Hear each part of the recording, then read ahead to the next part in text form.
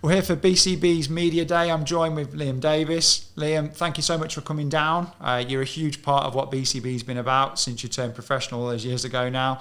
The time feels like it's flown. I remember being there for your debut, and you're now at the level that you are. Just first of all, talk a little bit about your history with BCB, how you came to join, and what the story is with you now. Yeah, my history with BCB is a bit mad because I always remember when I was a kid, I used to come up to the gym. My dad boxed for BCB, under BCB. So yeah, I've always been around Errol, known him a long time, Paul, and always stuck to it. Obviously went up with my dad, used to travel up there many years ago, and then when it was my turn to turn over, it was very obvious who we was going with, Errol, and yeah, I've had some great memories, been some great times, some big wins, and started with BCB, definitely I should say, will be BCB to the end. And those nights, they started off on the small hall circuits, fighting in the smaller venues. The progression now is incredible, and it's obviously what you've earned by taking these opportunities and fights. But do you think a little bit of the early part of your career that people can take inspiration from is about taking those opportunities? Because nothing gets handed to you, does it? Particularly if you're not coming out of the Olympics or you've not had, an elite amateur background. You have to work so hard, which you have done. And taking that English title fight, for example, on the notice that you did, sometimes you have to take those risks, don't you? Yeah, I fought for the English title on my seventh or eighth fight, and you don't see many boxers taking them risks now, which is a shame. I don't get it. A lot of too worried, but it's a sport at the end of the day, innit? Someone's got to win, someone's got to lose, and I always carried that attitude that you've got to take these opportunities, get one go around, and it's about taking everything you can. So it don't always pay off, but luckily for me, worked out well. Yeah. And took every opportunity as it come when people doubted me. When I was on the small hall shows, didn't really show anything special, and I saved my best moments to when they mattered most. And it's probably them small hall shows helped me massively because I knew I had to work hard. It learnt me the game, what it's about, and I always say to her, we laugh about it now because I've seen the lad I fought on my debut fight 12-0 kids, 14-0 kids, 10-0.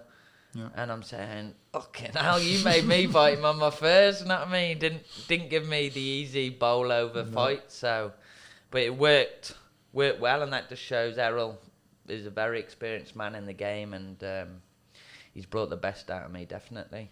And I was talking to Ben Collins a little bit earlier about the kind of relationship within the gym as well, that you guys seem to have brought, you being a little bit older and Tyler being a little bit older than Ben, but it's a great place from a point of view of the younger ones coming through.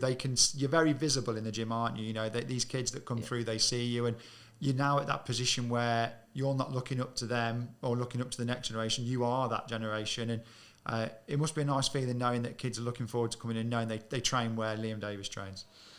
Yeah, never really think about it, to be fair.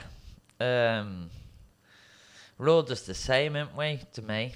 We're all young kids inside with dreams, so it's good in the aspect that it gives people hope if they do get that from it. And we got a gym back at Donington as well, my amateur gym where my dad runs and my granddad, and I grew up in, so I see it there also, which is good.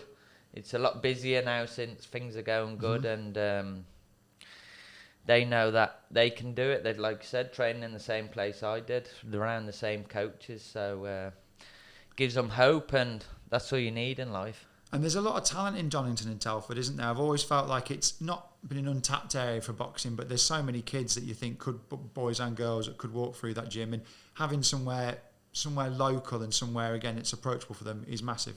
Yeah. You see hear a lot of stories about could have been, should have been, do you know what I mean? And you don't hear many that do it, so to be one of them people's a blessing. Very lucky, but obviously I got to thank myself kind of thing, because I put the work in. It ain't been easy, and when no one's watching or it's raining and no one's there to make sure you go and run, you got to get it done, you got to go to the gym. And going back to, you said about the relationship in BCB, I think it's been great, man. Made some great, good friends. I don't really know how it's all come about. I look at pictures sometimes from years ago that Tyler was in the gym the same time as me. We're obviously both pro, and we must have not spoke much, you know what I mean? And now we've become really good friends, same as Ben, and like times away in training camps in Tenerife, etc. I think they've brought the bond together, and we've got some great memories, and we're all behind each other, pushing each other, making sure we're putting in the hard work. So I think that plays a big factor in the success in the gym, the people out. No one wants to be last. Everyone wants to keep up, and everyone's got something to prove, but in a healthy competition way. So I feel like that's got to carry on. I'm sure it will. And anyone coming to BCB is quite easily coming. Like Elliot Whale comes from London. He had fights, many pro fights before. I've seen him around the amateurs. He's come in and become part of the gang. So it's good. And I think long may it carry on. Now, we'll just get to yourself now a little bit. Now, July the 20th, we know you're meant to be boxing. I remember speaking to Raoul a few weeks back. Obviously, when it looked like you were going to be having to come out, you've had to overcome it's not a cold, is it? That's the way things get described, the virus and illness. You've managed to come through it. You're looking better today, but I know that at this stage, there's no point taking risks when you've not been in the gym, and I know that you're hoping to get out again, hopefully very soon. Yeah, it's really probably one of the hardest decisions I've had to take on the chin.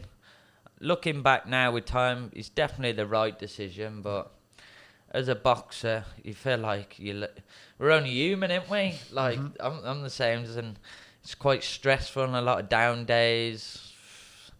Boxing's just a sport, but it can mentally drain you, and I was down, had a cry. Now I'm getting on with it, back in the gym and pushing forward, because you got to act like a champion, and that's what I'm trying to do. So I'm looking forward to the new date, fighting the same guy, which I made very sure that it was still the same, because there's a lot of chit-chat in boxing and people. And I say, if people can't make the fight, and it's always like, oh, you don't want to know, but that's really not the case, you know what I mean? I think I was the most gutted person about it, and feel like I done Shabazz a favour. He's going to have an easy fight. I made sure it's an easy fight. I hope he looks good. And then, like I said, unfortunately, he's got me in the next fight. So, and never looking past an opponent, but you've had an incredible couple of years. There is, I suppose, there's no ceiling to what you can achieve. Everyone always says that you fully have the ability. You've got that IBO belt. There's a huge name over in Japan that I know you're constantly linked with in Naoya Inoue. But if it's not the Inoue fight, there's massive opportunities for you around the weights, aren't there? Yeah, definitely. Obviously, the Inoue one, people say you're daft, and I get it, but imagine they got to put themselves in my shoes. I box, I'm knee high. Like I say, grew up watching my dad box, my granddad. Boxing's been my whole life, been around it. Why wouldn't I want a shot at the number one? Do you know what I mean? To say, and I can say I'm the number one. That's what I look at it. It's a tough fight. He's the best. To give him all the respect, but I'd love my chance to at the number one. And it's just as simple as it is. I've been boxing 17 years now, and why wouldn't I want a crack? The only way to become the best is to beat the best, and Inoue's that guy for me. So that's the number one. But yeah, other fights around the weight. I think the McCann fight would be big if we could make that. You got Nick Ball at featherweight. There's a load of good bunch around, and I always say, realistically, from super bantam to super feather, I feel like I'm big enough, strong enough, and good enough to rock with any of them. So time will tell. Each fight as it comes, keep knocking them down like dominoes, and aim for the stars. Got a long way to go. And I look forward to cracking on. And this new fight date needs to be announced soon, because I'm feeling better now and itching to go, man. You can tell that you're very raring and ready to go. So great stuff. Right, Liam, thank you so much for coming down. We really appreciate it. And we look forward to seeing that announcement soon. Yeah, thanks for having me. Big up BCB. Bye!